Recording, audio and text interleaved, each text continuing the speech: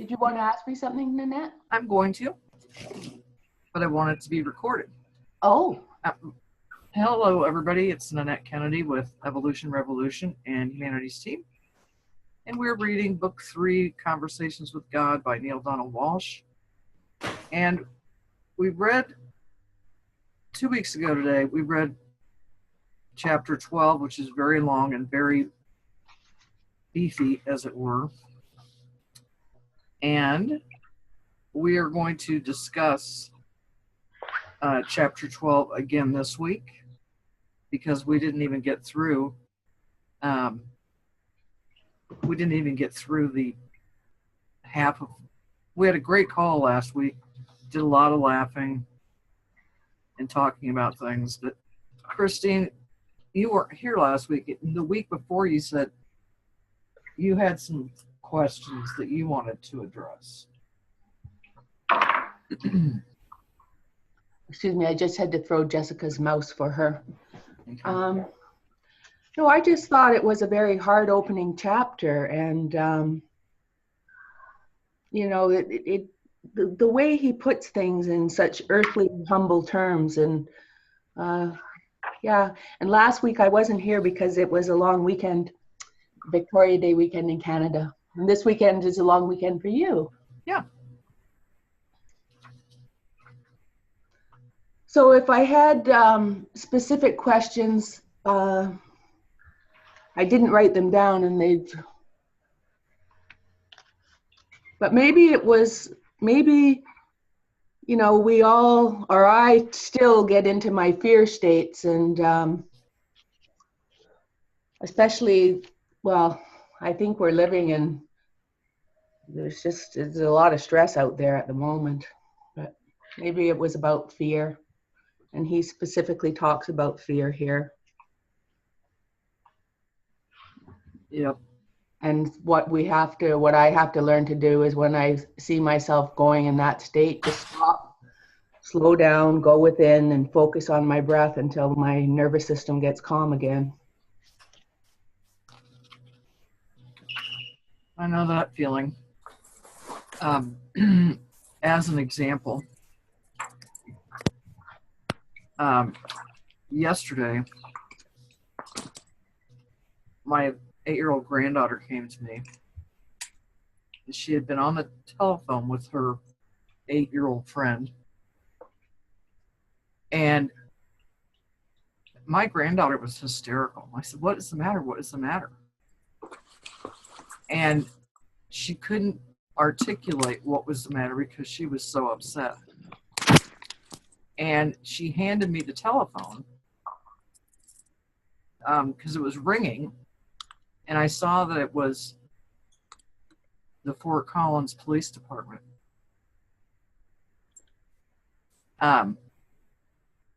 No worries, Shabana. Anyway, it put me into a major state of panic because I thought, what's happened? What's happened? And so I got Piper to breathe in and breathe out. And the police on the phone said a child called 911 from this number. And I looked at Piper and said, "Honey, what's going on?" She said, "I was on the phone with my friend Jordan, and she started saying, 'Help, help me, please, help.' And she said, I called 911 to get my friend help." And so I asked Piper some questions,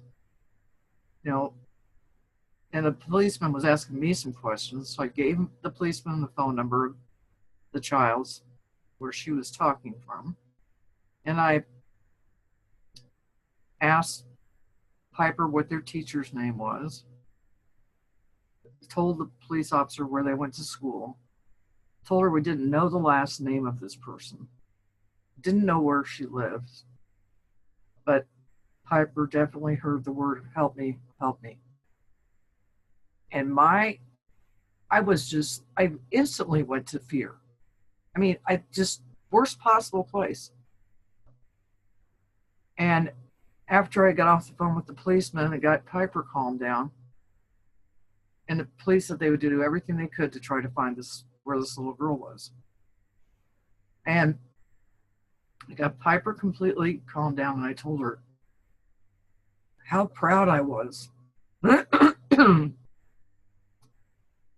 that this thing they teach kids in school nowadays is hear something, see something, do something. And this 8-year-old child called 911. And I just told her how proud I was that she was able to react in such a manner. But I'm here to tell you, for about at least 60 seconds, I wasn't showing Piper I was panicked, but I was panicked and I was afraid. And I think sometimes being afraid cannot be helped. Well, especially in this vibrational density, and you know, the innocence of a child and that's calling out for help. Of course, for me, I would go into a fear state as well. You have so much compassion for the innocence, and you know, and often the innocence isn't treated well. Mm-hmm. The very interesting thing is I kept wondering what was going on in that home. What was going on in that home? I couldn't get that out of my head. And about 2 hours later, the mother of this little girl called me, and I'm sure the police, well, she had my phone number, and thanked us because the police did track them down. They went to the home. Everything was fine. And I'm amazed because the mom was saying, we're so grateful that, you know, that somebody did something when they thought something was wrong. And she said, I don't know, because she said she wasn't in the room with her daughter. She doesn't know what the help me part was all about. But I was amazed that the police, with so little information, were able to track them down, you know, on a Saturday. Yeah, no, it's true. Like we live in miraculous times, really. Like it's, you know, the evolution is, especially, you know, when I was a child, like back in the 50s, we had like a party line, and, you know, long distance cost you a fortune. Now you can talk to something the size of your hand and it answers you back. And you can use that same device to track people. Like it really is incredible. Mm-hmm.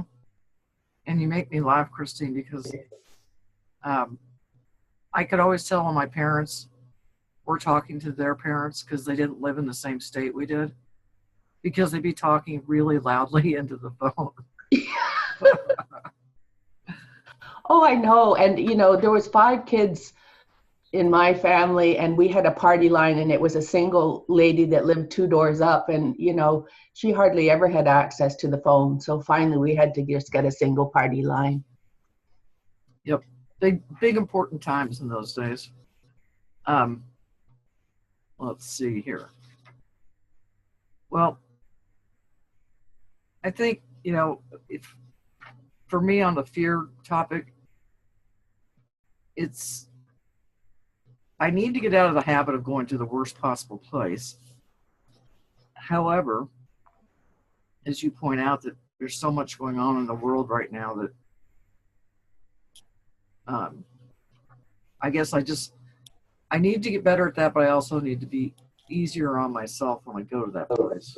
You need self-compassion. We all do. We've been programmed to be compassionate on the outside, but on the inside, we've been programmed to believe, you know, like we're not worthy. And nothing, our most important job, I believe anyway, is to, you know, practice self-compassion. Like just make that the new habit, the new neural pathway, instead of, you know, you're not worthy, you're not good enough, you're not lovable. Like those are, yeah, those are programs that don't suit where we're at in our I like state. the phrase, it's all divine. What is it, Linda? Linda, Yeah, you I'm froze. sorry. I'm sorry, I didn't step on you. So I like the phrase, it's all divine. If we just keep that present in the forefront of our minds, then when things happen, if the first thing we can think of is it's all divine, it helps bring us back to a place of neutrality instead of judgment. Because it's the judgment about what's happening that causes the fear. It's true. It's Yep. true. And, you know, the innocence gets programmed to judge very early. Yeah. Yeah. I could share a just short story of someone who truly lives in fear. We have a friend that had made arrangements to drop his car off to get something worked on his van. And he'd called another mutual friend that we have to pick him up. Well, unbeknownst to my husband makes a plan to go to the same car place the same morning at the same time to get his tires swapped on his truck.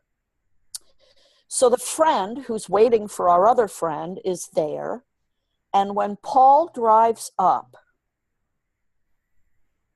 when our friend sees Paul drive up, in his mind, the other friend that was supposed to pick him up is dead. And it has to be really bad because the wife didn't come either. So, I mean, it was like he went off into this place of hell for himself for 15 minutes. I mean, it was crazy. It was like, oh my God, what's happened? Oh, and he couldn't imagine life without the guy. And he's forward in time, 10, 20 years. And it's like, Russ.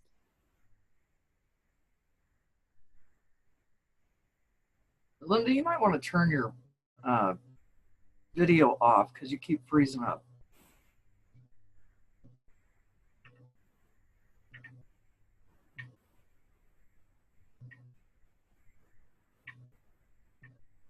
Linda?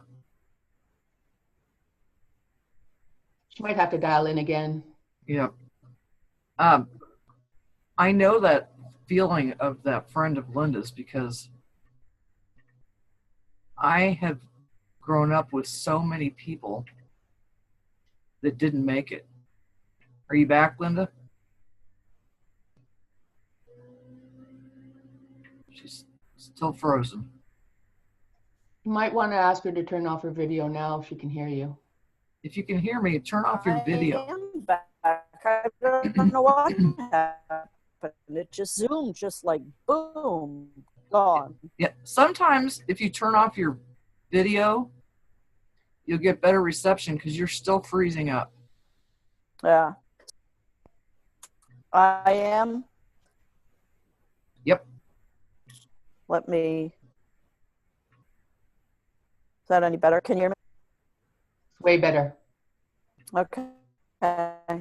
Well, it's not 100%, but anyway. But Linda, I know that feeling of the story you were just telling.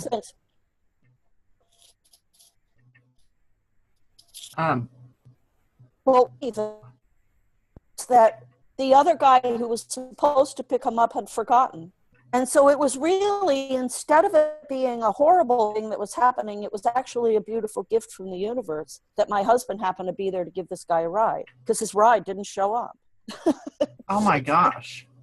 Yeah. So, it was like, it was a perfect example of the two different energies of how you view the world. So I always view the world as it's a positive thing. Even in the appearance of a negative thing, it's somehow a positive thing. And this guy views everything as it's always a negative thing.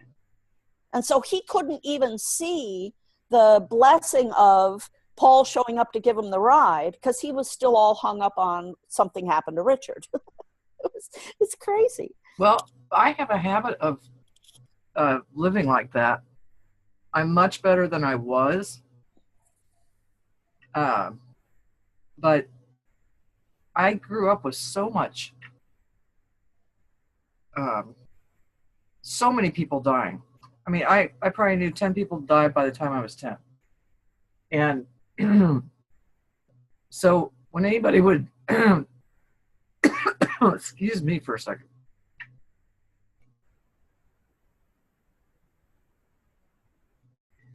Anyway, I would just go to, if somebody said, guess what to me, I was like, oh God, or my family knows, don't ever tell me or say to me, are you sitting down?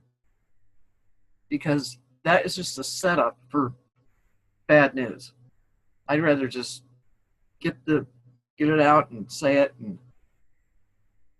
I'll get through it. But it is something I continually have to work on. My husband said to me the other day, I don't even remember what we were talking about. He goes, God, he goes, don't go to the worst possible outcome. And I said, I know, I'm trying to work on it. And I do think if I say what you were saying, Linda, about it's divine, instead of me going, oh my God, who else died? It's just, I just need to work on it. And it reminds me, and there's a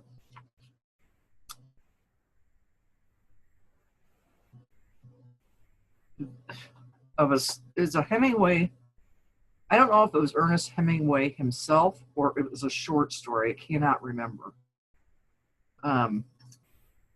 But either way, either in the story or in real life, Hemingway, or the character as it may be, he's at a party and somebody comes in and tells him that his son was killed in the war. And he put his head in his hands and he wept for a moment.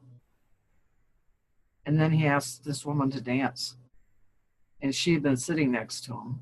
And she said, how can you get up and dance after you've just heard this news about your son? And he goes, well, I want to dance again in life. And now's not too soon. Now, I don't think I could be that. But what I took away from that was, you choose when you're going to get better or do what you're going to do, because everybody deals with things differently.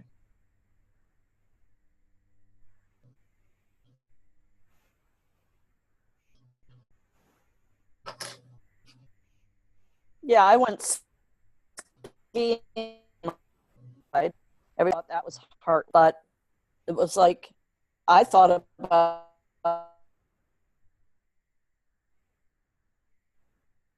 Just darn it, Linda, you're breaking up again. it, and I just, well, he wouldn't have wanted me to stay home and be miserable, so I went skiing.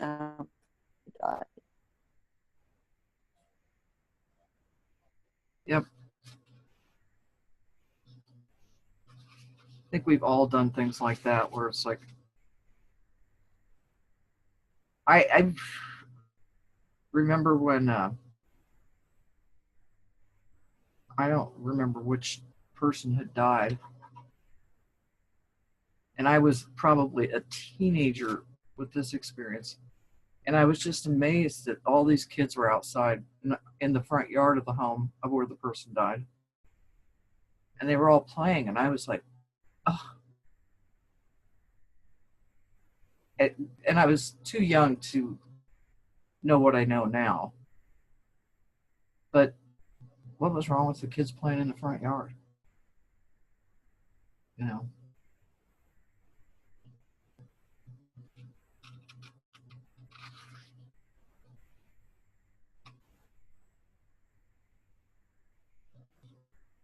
I was going to read this part, and I don't know what page of chapter 12. This is in your books, but God is talking and says, a body of energy, that is to say, a part of me, can conceive of itself as young or old. This is what Neil asked about the difference between an old soul and a young soul. When they return to the cosmic wheel, some souls choose to be old souls, and some choose to be young. Indeed, if the experience called young did not exist, neither could the experience called old. So some souls have volunteered to be called young, and some to be called old, so that the one soul, which is really all there is, could know itself completely. Similarly, some souls have chosen to be called good and some bad for exactly the same reason, and that is why no soul is ever punished. For why would the one soul want to punish a part of itself for being a portion of the whole? This is all beautifully explained in the children's storybook, The Little Soul and the Sun, which lays it out simply for a child to understand. A couple things there. I'm sure we've all met people, young people, that have come into this world, and you just know this is not their first. It's not their first lifetime, because they seem to know things and see things.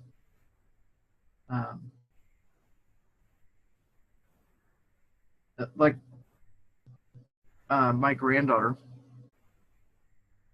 told me that she met my mother in heaven before she was born.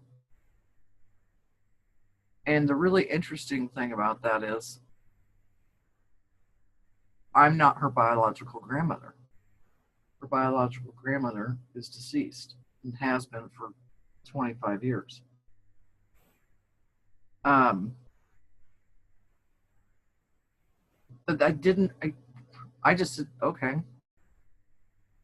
You know. And my youngest son, Casey, when he was about 8 or 9,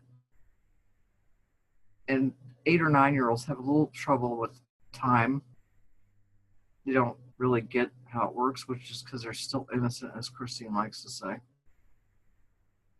But my son said, Mom, do you remember that time when I was 14 years old and I almost got killed on a bicycle? And I went, no, I do not. I said, you're 9. You haven't gotten to be 14 yet. And then when Casey was 17, he got hit and almost killed on a bicycle. And I didn't ever repeat that back to Casey because I was like, this is just too weird. But anyway, I think there are older souls and younger souls. Over.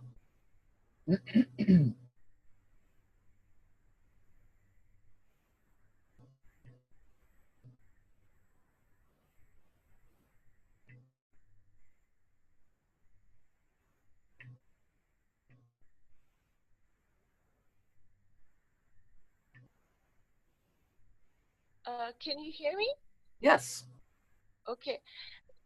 That's a very interesting comment about the older souls and younger souls. I'm a little scared of Christine, or I would have said, yep, and there's stupider ones and smarter. But I'm not going to say that because Christine is here. Christine has a sense of humor, believe me. Well, I know. So here's what I've been struggling with for 27 years is that with this diabetes, type 1, the insulin dependent one, which I got when I was pregnant with my daughter. And that's the time that I started my spiritual path, because I had gestational diabetes, and I landed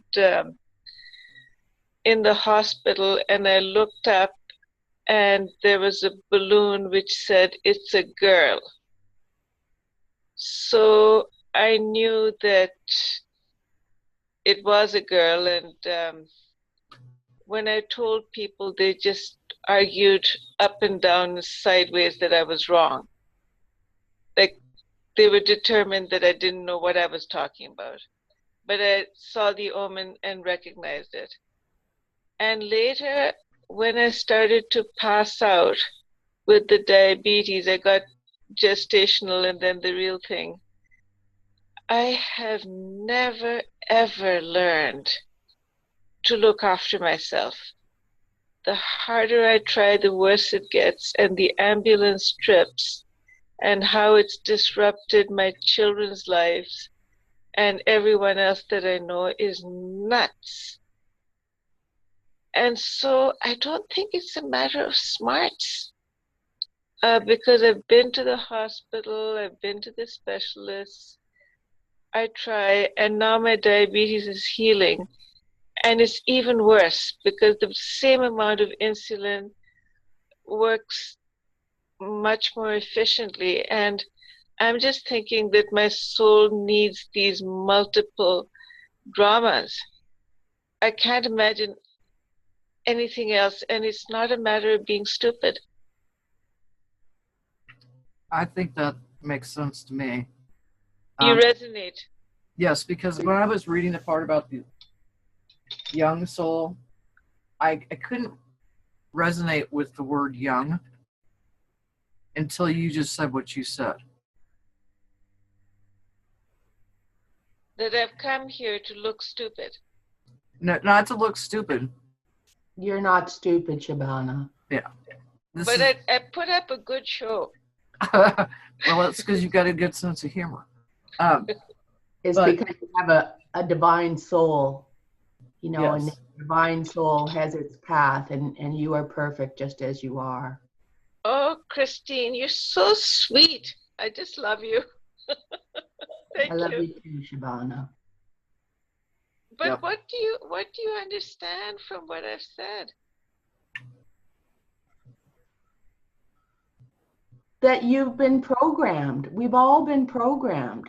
And, you know, for you to have the insight that you had a girl and then to have that put down and put down and put down, then that helps to close up your sacred heart. That's what it does. And, you know, at this time in this world right now, we are the collective that is coming together to be the open heart that this earth longs for. And, you know, nobody else, there is not one other person alive that can play the part that you came here to play, Shabana. And I am so grateful that you dare to be divine. Thank you. Well, Christine, my kids have been furious with me for now. They're 33 and 27, almost 27. That's the daughter. They have been so angry about something that I had no control over. Like, I'm not a sadist or a masochist. So there must be learning in it. There must be a blessing in it. Darned if I can see it. Well, again, the innocence of your children, you know, were you a single parent? Yes. Okay, so there you have it, you know. So that's scary for the innocence. When I was 11, my mother always had a bad back. And then when I was 11, she didn't walk for a year. And she had 5 kids under 8 at 33 when she became a single parent. And, you know, and then she didn't walk for a year. And my older brother, who just finished grade 13, and my 2 sisters, Neil and I were the youngest, we were a year apart, had to go out and work to pay the mortgage on the house. And then my mother had to go in the hospital for 3 months and have her spine fused. And of course, that's scary. And I had to go off and live with an aunt and uncle. And, you know, my aunt was a nurse and worked nights, and her husband was sexually inappropriate with me, right? So, you know, my little sweet innocent self got angry, right? And then we were, you know, the laws have changed now, but in Canada, if you were under 12, you weren't allowed to go to a hospital. So I didn't see my mother. I saw her in bed for like a year, unable to walk and on morphine. And then I, you know, didn't get to see her for 3 months. And when I did get to see her again, you know, she did look a lot younger because she wasn't in so much pain. But it's hard for innocents to understand, you know, what happens in the grown-up world. So yeah, you had a tough role to play, Shabana, and I'm grateful that you're here with us. Thank you, Christine. That puts it in perspective. The whole business about life being so precious is something that gets on my nerves so bad, because I've had lots of instances where one particular one is quite funny. One ambulance went into a ditch, so they phoned a backup, and that went into the ditch too. Was that in Edmonton winter? That was New Brunswick, Fredericton. Oh. So the second goes in the ditch, and we were neighbors with a daycare, and the nurses at the hospital knew me. By now I'd been in the hospital so often. So she had a son there, and she hopped in the ambulance and left her kid because she could see how incompetent they were, you know? God. Like, she rolled up her sleeves and hopped in and took care of me because she knew me by now, right? So we get to the hospital, and, you know, they figure me out, and I come home, and the only thing my son has to say is, "What kind of a province is this, Mom, when anyone off the street can hop into an ambulance?" That's what he had to say. Like, the gratitude. Yeah. And so when people say that, you know, life is so precious, well, I was thinking, you know, I mean, I would have been dead at least twice on that occasion if the nurse hadn't hopped in. And so, I mean, it's not in our hands. I mean, my stupidity isn't in my hands. The ambulance going into the ditch isn't in their hands. Like, no one drives an ambulance into a ditch. Twice. Two different. Well, this is a funny show if you can look at it from an awareness perspective instead of taking it personally. It is a funny show. Well, I choose to believe that, and I don't remember what book this was in. It was a Conversations with God book. But Neil asks God if he has a sense of humor. And God says something really funny back to Neil, which I don't remember what it is. But of course God's got a sense of humor. We wouldn't have the ability to laugh if we wouldn't be laughing. And I come from a family where we laugh sometimes at inappropriate things, like while we're in a funeral. And it has the same release as crying, but for whatever reason, we ended up laughing. Or I have 4 siblings from my biological father and 2 siblings from my second dad. because my biological dad died when I was young. And so when my second dad died, the priest who was going to be saying his funeral mass asked one of my sisters if she was of the union of Barbara and Vince, my mother and my second dad. And my sister said, no, I'm non-union. And we just do these things all the time. So I think, and if you remember that George Burns movie, where Oh God. Yes, I do. I loved that movie because that's what I thought God would be like. Well, if you look at little children, they laugh so many times in a day. And then, once the programming starts, then, by the time you're 20 or 25, you're maybe laughing 10 times a day. That's why when I was a kid, my grandmother would say, your laugh is infectious. And I'd say, well, that's a good contagion, Nanny. And then when I found laughter yoga, a decade or so ago, I went to a laughter yoga class and they said, well, you've done this before. And I said, yes, of course I've laughed before. I've never done laughter yoga before, but, I was at home with laughing yoga. And I just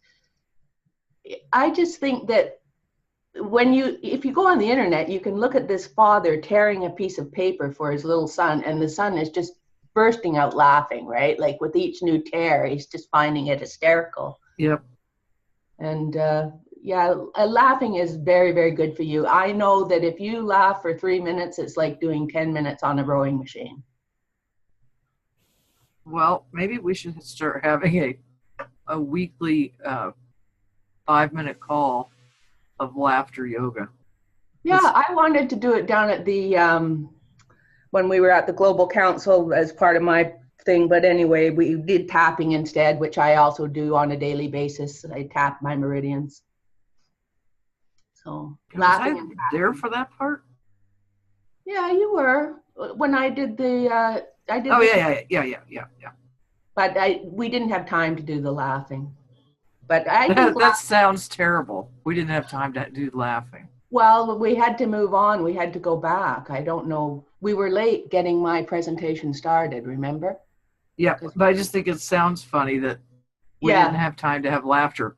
Because we did have laughter when we were sitting on the beach and telling stories. And, so I don't want anybody to think that it was absolutely wasn't an overly serious Global Council.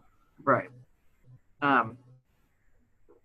Well, does anybody have anything else they want to bring up about chapter 12? Yeah, I do. Okay. Can you hear me? Yep. Perfectly.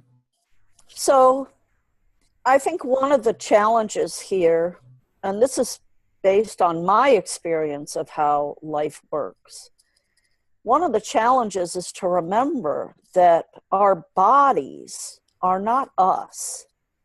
Our soul or our spirit really is much more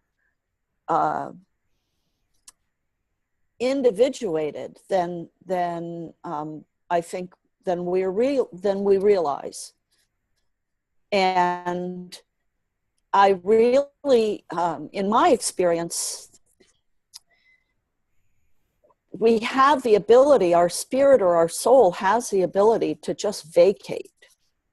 And our bodies are here and they're animated and they're, awake and whatever, but our soul isn't necessarily, or our spirit isn't necessarily with us all the time. That's where the expression, scared to death comes from, because it is possible to scare someone to death. And in that moment, what happens is their spirit or their soul just says, that's it. This physical life is too much for me. I'm out of here. And they go. And sometimes they take the breath with them and the body just dies in that moment. And so, like this whole conversation of the old souls and the new souls and how many souls,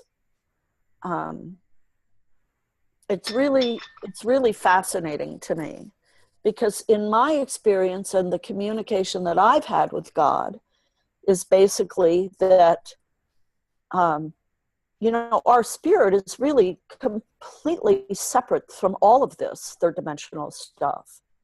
And it's the breath that animates our body. That's And right. basically, It's our best friend, our breath. yeah, it's the breath that actually animates the body. It's not our heart. It's not our brain. And so, like in my experience of being awake from the time the egg was sealed, that was a choice. It was a conscious choice that we collectively made, but it's not a common experience. And almost all souls or spirits, whatever word you want to use, join the physical body with the first breath.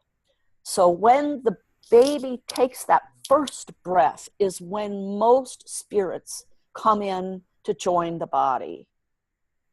Sometimes there are memories from being in the womb. There are people that have, like, besides my kind of memory, but there are other people that have memories of being in the womb. There are a lot of times twins will remember the other twin in the womb.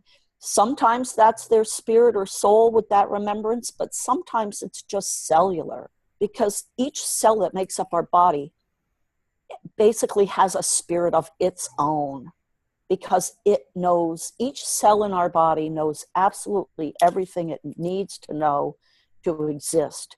It doesn't get that information from the brain, and it doesn't get that information from us. It came with that information. So our bodies and our cells in our bodies, they have memories, they have spirits, if you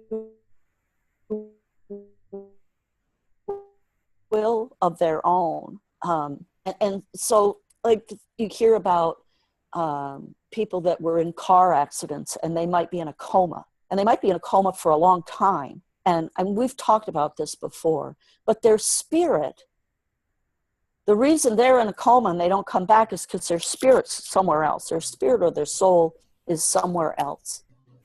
It's kind of that scared to death, but they didn't take the breath with them when they left the body.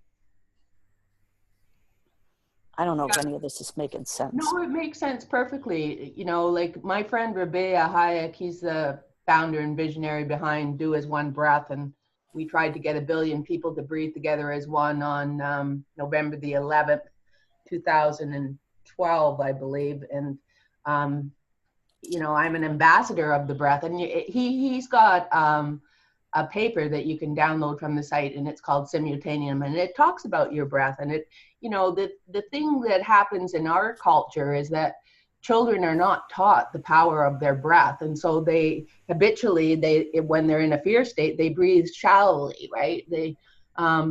But that's a wonderful site. And when he traveled with Michael Beckwith that summer, and, you know, went all around on a world tour with Michael Beckwith, making people aware of this Do As One breath on November the 11th, 2012. And we had 38,000 people on the line, and that crashed the line on that day because, you know, people in Sri Lanka didn't want to get up at 2 a.m. So we've reset the date to 2020, November the 11th, 2020. And we want everybody to just stop at 11 a.m., no matter where you are in the world, and breathe consciously for 11 minutes.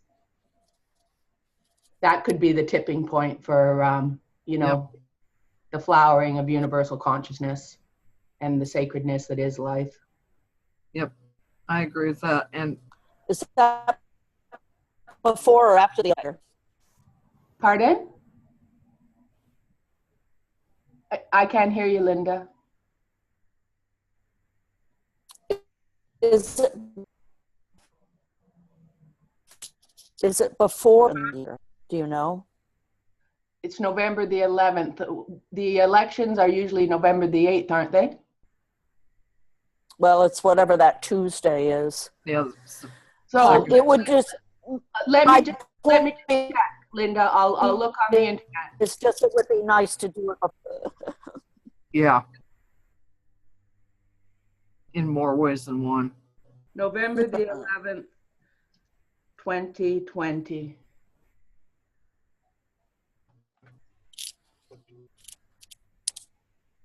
Okay, November the 11th is a Wednesday, so the Tuesday would be November the 10th. Is it the Yeah. second Tuesday? I think Yes. so. But that doesn't prevent us from organizing something. No. And, you know, leading up to it, like every November the 11th is one day, and we want it celebrated as a holiday. So no matter where you are between now and then, I breathe consciously every day. But, you know, if a group of us come together on November the 11th every year leading up to that, like I know that I still do because I'm an ambassador of the breath for Do As One. But anyway, I don't think anything's too good to be true. I don't. I think this is a magical world. Well, Linda, I wanted to mention a couple, or speak to a couple things you mentioned. I didn't realize my cat was sharing the camera. I was like, what is that over there? She's adorable. It's a she, aren't you? Hey, pretty kitty. Wow. Very talkative one too. Anyway, you were speaking about in the womb where twins can have, and for my son, his twin didn't make it. I know I've told somebody on this call this before, but when my son was about 3 or 4, he started asking about, or saying, I'm really missing somebody. And I hadn't told him that he had another twin because the twin didn't make it all full term. So I truly believe that Casey knew he had a twin. Yep. I just totally get that. Then you were mentioning the thing about, and I don't know if you've read Home with God that Neil wrote, but he speaks very specifically to nobody goes until you say, I'm ready to go, which is oftentimes too, I believe, one of the reasons that some people who go into coma is, and I don't know if Neil said this part, but I've heard from either Neil or somebody else that people that are in coma, their spirits are off doing other things. Right. And, you know, good things to help other people. And I thought that was very interesting. And then all the things about the cellular memory, and I can't remember if it's Bruce Lipton who talks about that or if it's Braden. I think they both do, Nanette. Yeah, and it's very powerful stuff. Yeah. Can I just chip in here that today at 12:45 Pacific time, there's a global meditation called Lightning in a Bottle, and it's about climate.unify.org, climate.unify.org, and I certainly am going to participate. Cool. You might want to put that in the Evolution Revolution page. Can I just forward it to you, Nanette? And you know how to, you know me, technical skills. Oh, that's right. I forgot. What my brother calls himself is a technotard. Well, one of my biggest sources of joy is my technical skills. I find it so funny. Yep. Well, and as none of us are getting any younger, I like it when I do things like look all over the place for my cell phone and I'm talking on it. Well, I love it when I even get on a Zoom meeting. I'm just thrilled, right? Okay, I'm going to forward it to you, darling. Okay. And that's 12:45 Pacific time? Yep. Oh, so let's see if I got you in here. Here, I'll forward it to myself at Humanities Team, and then I'll forward it to you.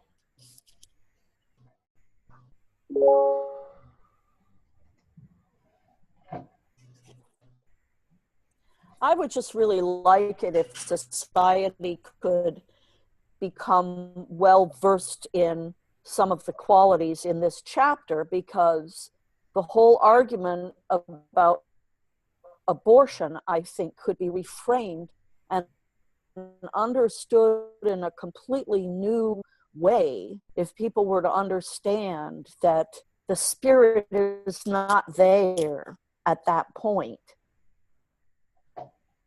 Well, it certainly would. And if they were to use this kind of language, there wouldn't be this. Because believe me, another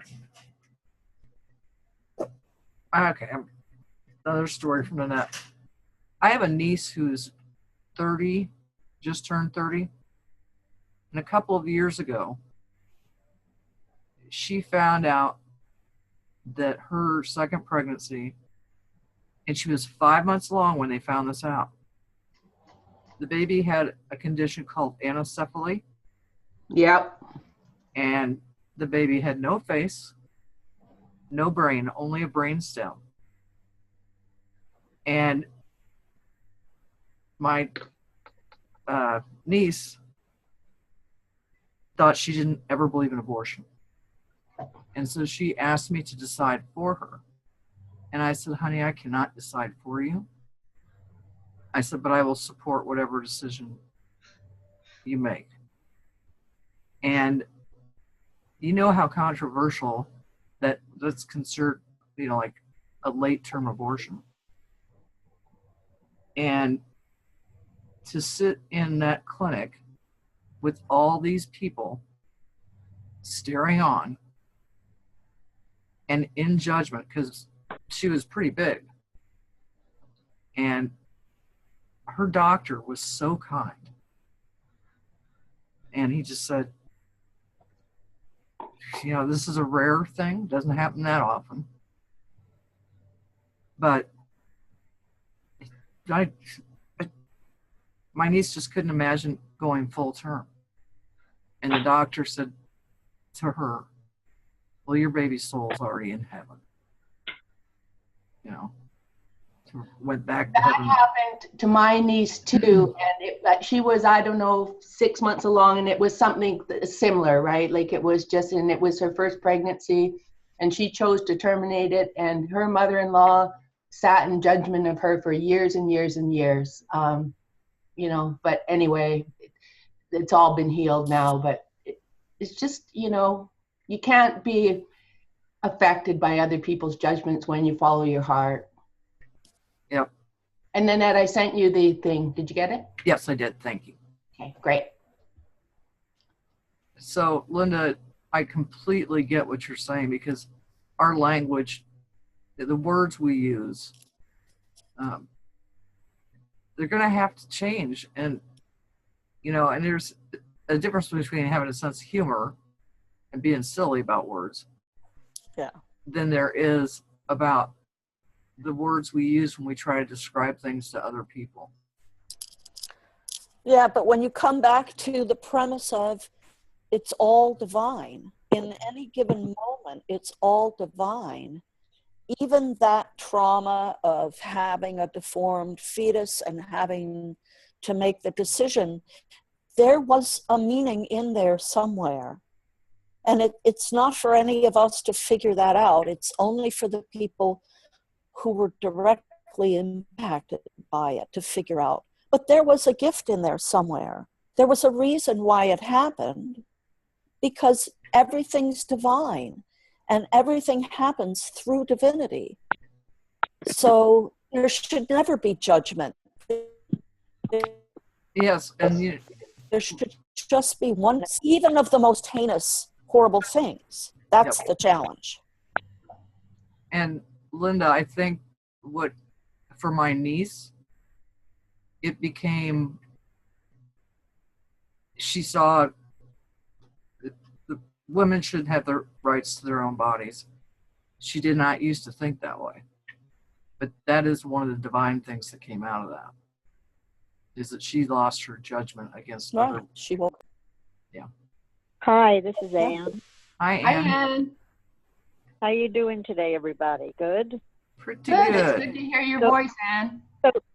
Thank you. So listening to this too, I don't really know if everything happens for a reason, but what I do know is that everything that happens, we can use for our good. For example, if you look back at everything that ever happened in your life, good or bad, it brought you to where you are right now. So like even in the worst situation of something that's very negative on you, what comes out of it is maybe you drew strength, or maybe you stood up for yourself, or maybe, you know, there's 100 different scenarios. So I think it's more that life happens. I do think everything that happens is meant to happen. In other words, it is exactly the way it needs to be. But as far as that it happened for a reason, I'm not so sure. I think it's more what I do with it. Because it's what I do with it that determines what happens.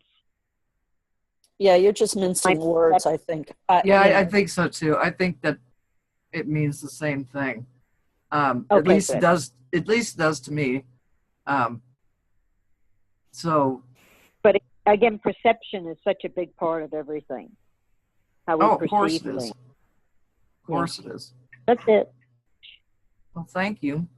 The call is come to an end, and I love this book club so much. I do too. And I do too. I do too. And I really love the fact that that we're getting more into discussions, and I think it's just going to make the book club tighter. And What page are we on in the book, on book 3 now? well, I don't know what page it is because my book is different than What everybody. chapter is that? We're going to Chapters- start 13 next week. Yeah, we'll start 13 next week. But are we going to start with 5 minutes of laughter, Nanette? We might start with 5 minutes of laughter. Good. Okay. And then people that listen to the recording are going, those women have lost it. Yes, good for us. Anyway, all right, I love you all, and we will Me too. see you next week, and I'll try to get that recording up ASAP. Okay, thanks a lot, everybody. All right, bye-bye. Love you all. Bye-bye. Love everybody. Bye. Bye.